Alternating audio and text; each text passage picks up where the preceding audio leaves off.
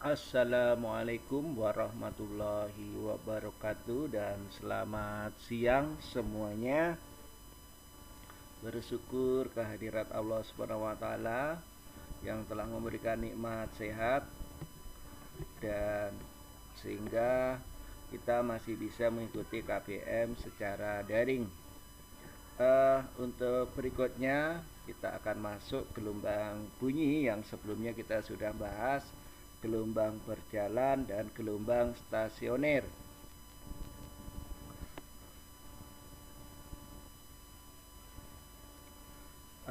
Gelombang bunyi dan cahaya, jadi contohnya adalah bagian atas ini ada speaker pada salon kalian, kemudian ini ada speaker model toa, kemudian ini ada suara. Nah, semuanya ini adalah sebagai sumber bunyi. Kemudian di bawahnya ada lampu pijar, ada lampu mobil, lampu motor di keramaian. Ini juga sebagai sumber cahaya. Tujuan dari pembelajaran itu adalah satu, peserta didik mampu menerapkan konsep dan prinsip gelombang bunyi melalui kegiatan mengamati fenomena bunyi di kehidupan sehari-hari dengan tepat dan benar. Peserta didik mampu menerapkan konsep dan prinsip gelombang cahaya dalam teknologi melalui penugasan dan pengamatan dengan tepat dan benar. Yang ketiga, peserta didik melakukan percobaan tentang gelombang bunyi dan gelombang cahaya. Berikut hasil percobaannya dengan benar melalui kegiatan praktikum sonometer dan kisi dipraksi. Kemudian klasifikasi gelombang bunyi berdasarkan frekuensi. Yang pertama adalah infrasonik, yaitu suatu gelombang bunyi yang memiliki frekuensi kurang dari 20 Hz. Nah, ini yang bisa mendengarkan hewan seperti jangkrik dan semut. Kemudian audiosonik, suatu gelombang bunyi yang memiliki frekuensi 20 sampai 20.000. Ini bisa didengar oleh manusia. Jadi manusia yang bisa dengar adalah frekuensi audiosonik. Kemudian ultrasonik, yaitu suatu gelombang bunyi yang memiliki frekuensi lebih atau di atas 20.000. Ini yang bisa dengarkan adalah kelelawar dan anjing.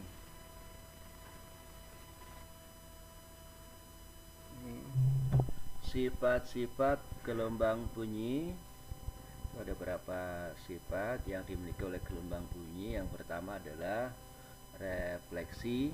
Ini adalah disebut juga dengan pemantulan. Di sini cahaya datang menuju atau bunyi datang menuju permukaan yang tidak merata, sehingga pemantulannya terjadi beberapa variasi.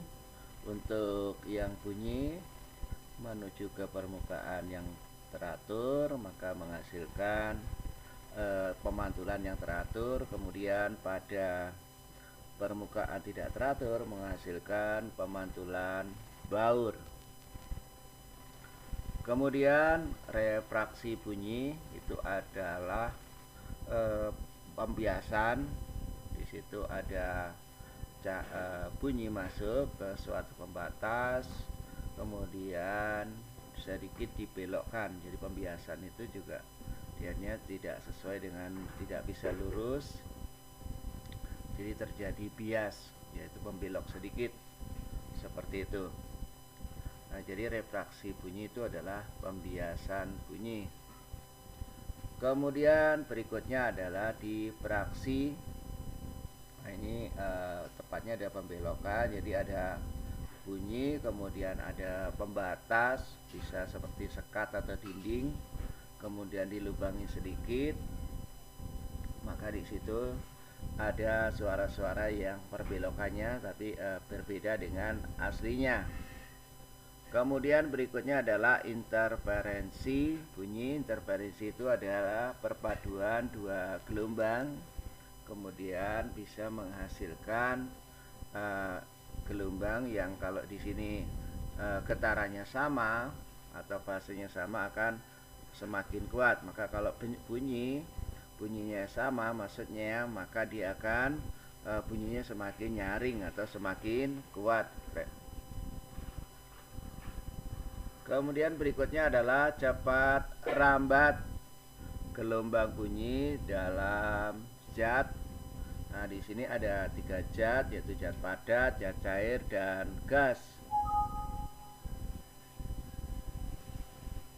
Dalam zat padat, cepat rambat bunyi itu dihasilkan yaitu P sama dengan akar E per rho.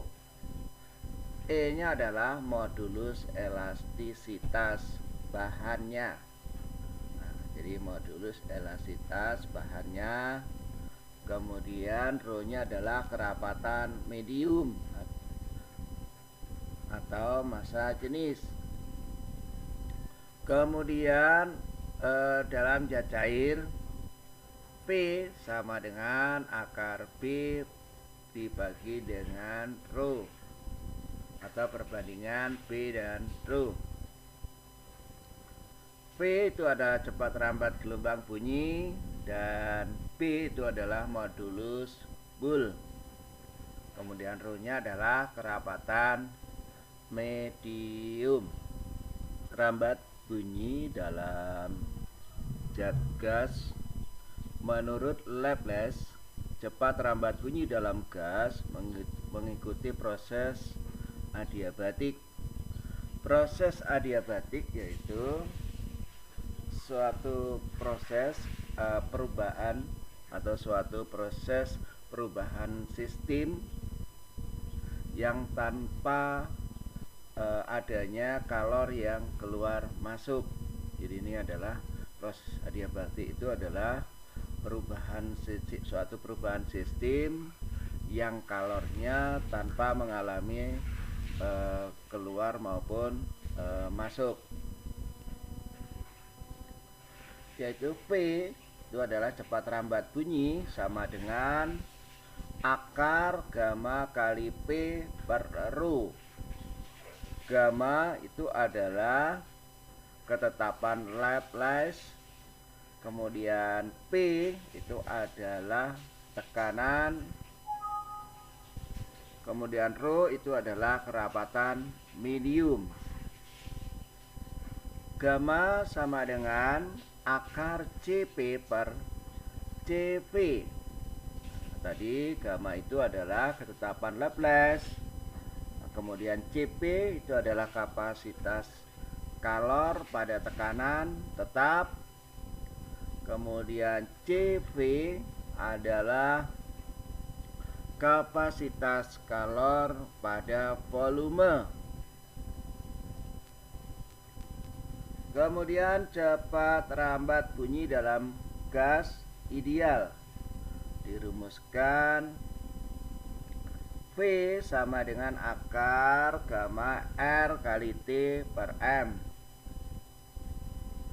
Kemudian tadi gamma adalah ketetapan Laplace, kemudian R itu masih suatu ketetapan, T adalah suhu mutlak, dan M itu adalah massa relatif gas. Cepat rambat bunyi di udara. Nah, ini nanti yang sering jadi patokan di dalam menentukan frekuensi pada kasus efek Doppler. P sama dengan 331 meter per sekon kali akar 1 plus T udara. T udara itu adalah suhu mutlak di udara dibagi dengan 273 Celcius. Efek Doppler terjadi ketika pendengar atau pengamat atau sumber bunyi atau keduanya ada yang bergerak sehingga pendengar mengalami selisih frekuensi atau perbedaan frekuensi antara frekuensi sumber bunyi dengan frekuensi yang diterima. Nah, ini contohnya. Nah, pada saat si sopir sedan itu kemudian sebagai pengamat, sedangkan sirine mobil pemadam kebakaran itu adalah sebagai sumber bunyi. Nah, karena ada pergerakan inilah, maka ada selisih frekuensi antara frekuensi yang dihasilkan oleh sumber bunyi dan frekuensi yang didengar oleh pengamat, yaitu sopir sedan. Nah, persamaan secara umum ini FP itu adalah frekuensi pengamat, sedangkan P itu adalah cepat lambat bunyi di udara. Kemudian plus minus VP ini adalah kecepatan pengamat kalau dia pengamatnya bergerak, tapi kalau dia berada di posisi diam maka nilainya 0. Sedangkan plus minus ini adalah nanti berdasarkan kasus yang ada, jadi masih ada acuannya atau aturannya seperti itu. Kemudian dibagi dengan plus minus PS, P plus minus PS. Ini juga nanti ada acuannya bagaimana, kapan dia nilainya positif dan kapan nilainya negatif. Kemudian FS yaitu frekuensi sumber bunyi. Jadi kalau contohnya kedua mobil itu, mobil yang merah itu adalah mobil pemadam kebakaran, kemudian membunyikan sirine, maka dia adalah sebagai sumber bunyi. Jadi efek Doppler ini merupakan efek itu adalah dampak. Jadi karena dia mobil pemadam kebakaran itu mengeluarkan sirine yang nyaring, maka dia ada efeknya didengar, ada suara atau frekuensi yang diterima oleh pengamat. Contoh kasus kalau seperti ini adalah kedua mobil saling mendekat, maka aturan mainnya adalah VP bernilai positif jika pengamat mendekati sumber bunyi. Jadi kecepatan pengamat akan bernilai positif jika pengamat mendekati sumber bunyi. Nah, di sini sedan mendekati, maka dia bisa menilai nilainya positif. Jika pengamat menjauhi sumber bunyi, maka nilai PP-nya adalah negatif.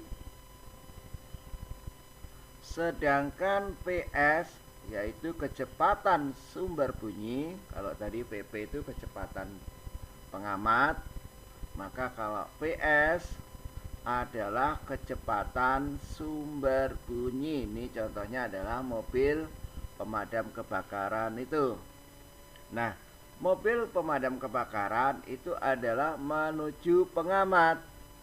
Nah, aturannya PS itu jika sumber bunyi mendekati atau menuju pengamat, maka nilainya negatif atau tandanya negatif.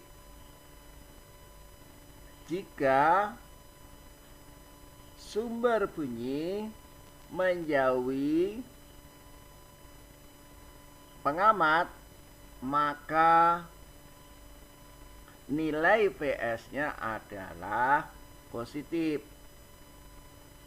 Nah, pada kasus gambar di atas ini, mobil bergerak, kedua mobil sebelum papasan akan berlaku satu persamaan sendiri.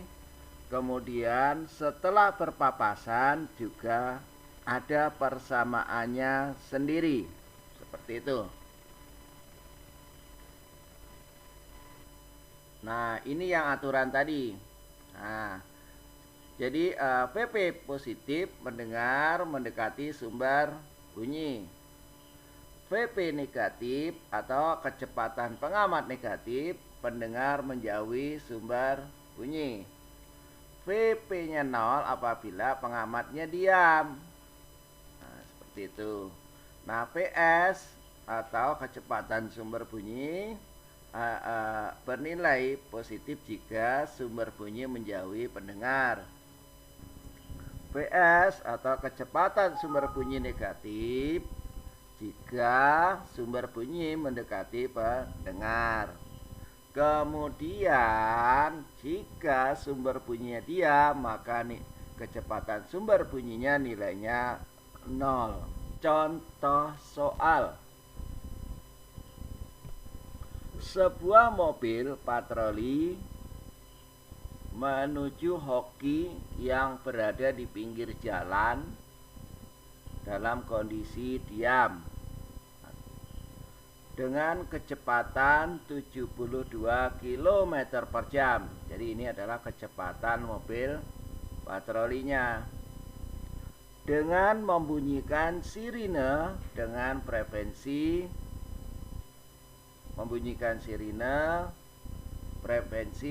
400 Hz. Jika cepat lambat bunyi di udara 320 meter per sekon, maka besar frekuensi yang didengar hoki adalah penyelesaian seperti standar fisika. Diketahui dulu tadi, ini adalah cepat lambat bunyi di udara 320 meter per sekon. Kemudian ini kecepatan mobil patroli, dia sebagai sumber bunyi PS 72 km per jam dikonversikan dalam meter per sekon, yaitu menghasilkan 20. Kemudian VP ini adalah kecepatan pengamat, yaitu si hokinya tadi. Ini kecepatan hoki, kalau hokinya berada di pinggir jalan kondisi diam, maka PP-nya 0. Kemudian VS itu adalah frekuensi sumber bunyi.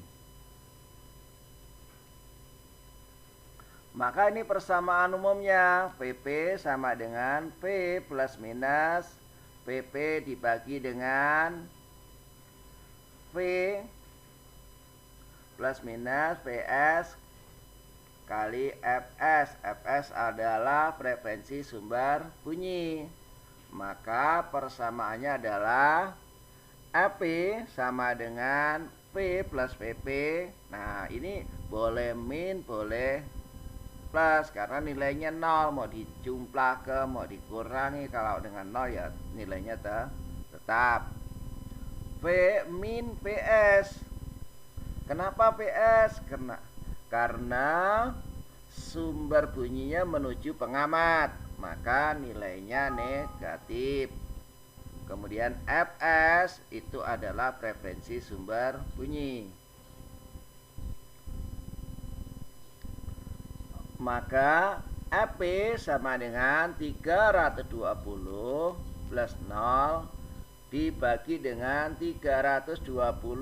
Tadi 320 itu adalah terambat bunyi di udara, dikurangin 20, yaitu kecepatan sumber bunyi, dikalikan dengan 400, itu adalah frekuensi sumber bunyi. Maka hasil akhirnya adalah Ini 426,8 Hz. Itulah frekuensi yang didengar oleh pengamat. Tugas yang harus diselesaikan, jadi berdasarkan kasus di gambar atau di ini tampilan kedua mobil, silakan nanti hitung frekuensi pengamat antara sebelum berpapasan dan sesudah berpapasan. Jadi satu, Anda diminta menghitung frekuensi yang didengar pengamat sebelum mobil berpapasan. Yang kedua, Anda diminta menghitung frekuensi pengamat setelah mobil berpapasan. Data yang diketahui: satu, kecepatan mobil pemadam kebakaran yang warna merah itu adalah 72 km per jam. Kemudian mobil sedan atau sebagai pengamat itu adalah 45 km per jam. Frekuensi sirine 360. Dan kemudian cepat lambat bunyi di udara adalah 320 Hz. Jadi tentukanlah satu, frekuensi yang didengar pengamat sebelum berpapasan. Dua, hitung frekuensi yang didengar oleh pengamat setelah berpapasan.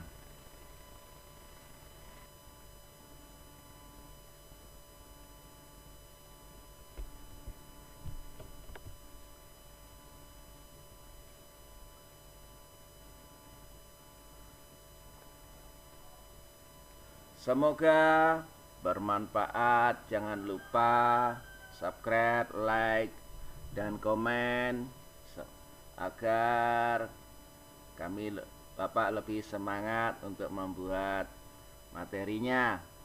Dan semoga juga materi ini bisa dipahami dengan mudah. Sekian, terima kasih.